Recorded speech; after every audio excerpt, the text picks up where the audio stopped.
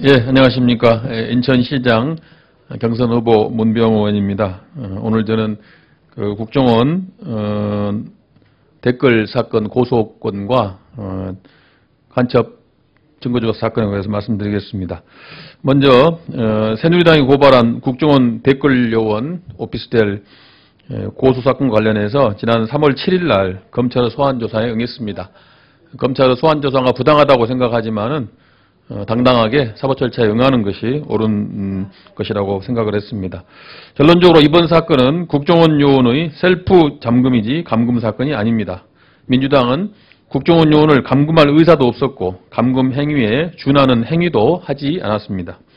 국정원 요원에게 스스로 문을 열고 컴퓨터 등 관련 자료를 제출하라고 요구한 것을 감금 사건으로 왜곡해서는 안 될 것입니다.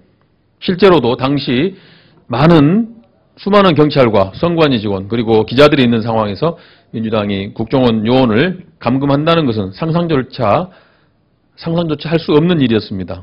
오히려 검찰은 국정원 댓글 요원이 스스로 문을 잠그고 어떤 증거인멸을 시도하였는지 꼼꼼히 확인해야 했습니다. 검찰은 저에 대해서 5번에 걸쳐 소환조사를 요구했습니다.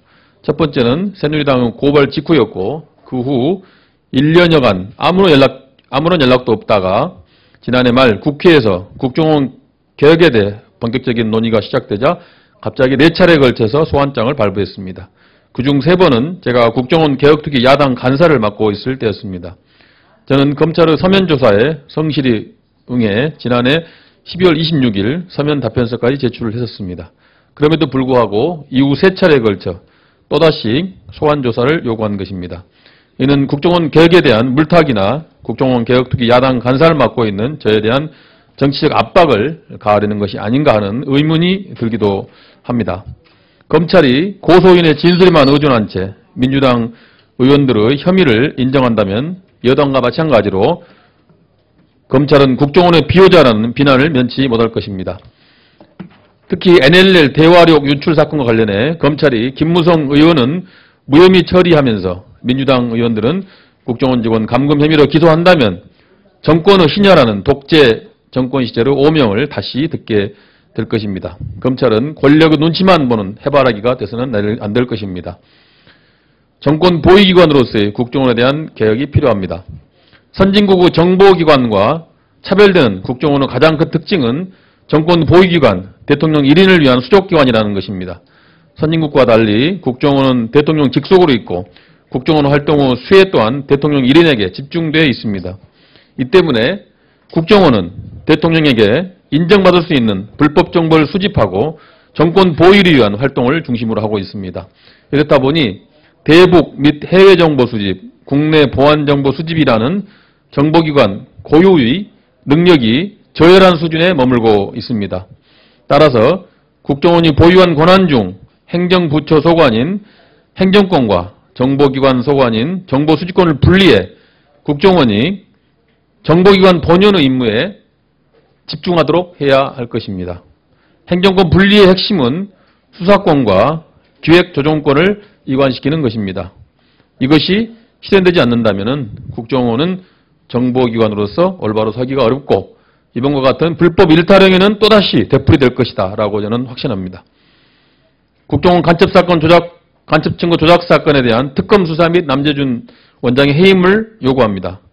유우성 씨 간첩 증거 조작 사건의 실체가 하나둘씩 밝혀지고 있습니다. 정보기관이 수사권까지 보유함으로 인해 나타나는 폐해가 단적으로 드러난 것입니다. 정보기관이 수사권까지 보유할 경우 수집된 정보를 조작 또는 은폐해 정치적 목적에 따라 왜곡 수사를 벌일 수 있습니다. 이 때문에 선진국들은 정보기관에 수사권을 부여하지 않고 있습니다.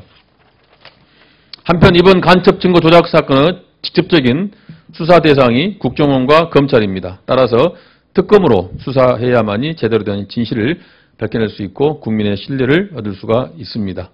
대선 시기에 국정원 댓글 사건에 대해서 남재준 국정원장은 자신의 임기 중에 발생한 일이 아니라고 책임을 회피했습니다. 그러나 이번 증거 조작 사건은 남재준 원장 재임 시에 발생한 것인 만큼 침묵과 변명으로 일관하지 말고 남 원장이 그 책임을 반드시 져야 할 것입니다.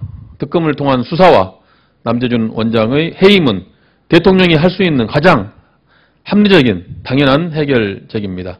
대통령의 결단은 빠르면 빠를수록 좋습니다. 박 대통령은 호미로 막을 일을 가래로 막는 우를 범해서는 안 될 것입니다. 이상 마치겠습니다. 감사합니다.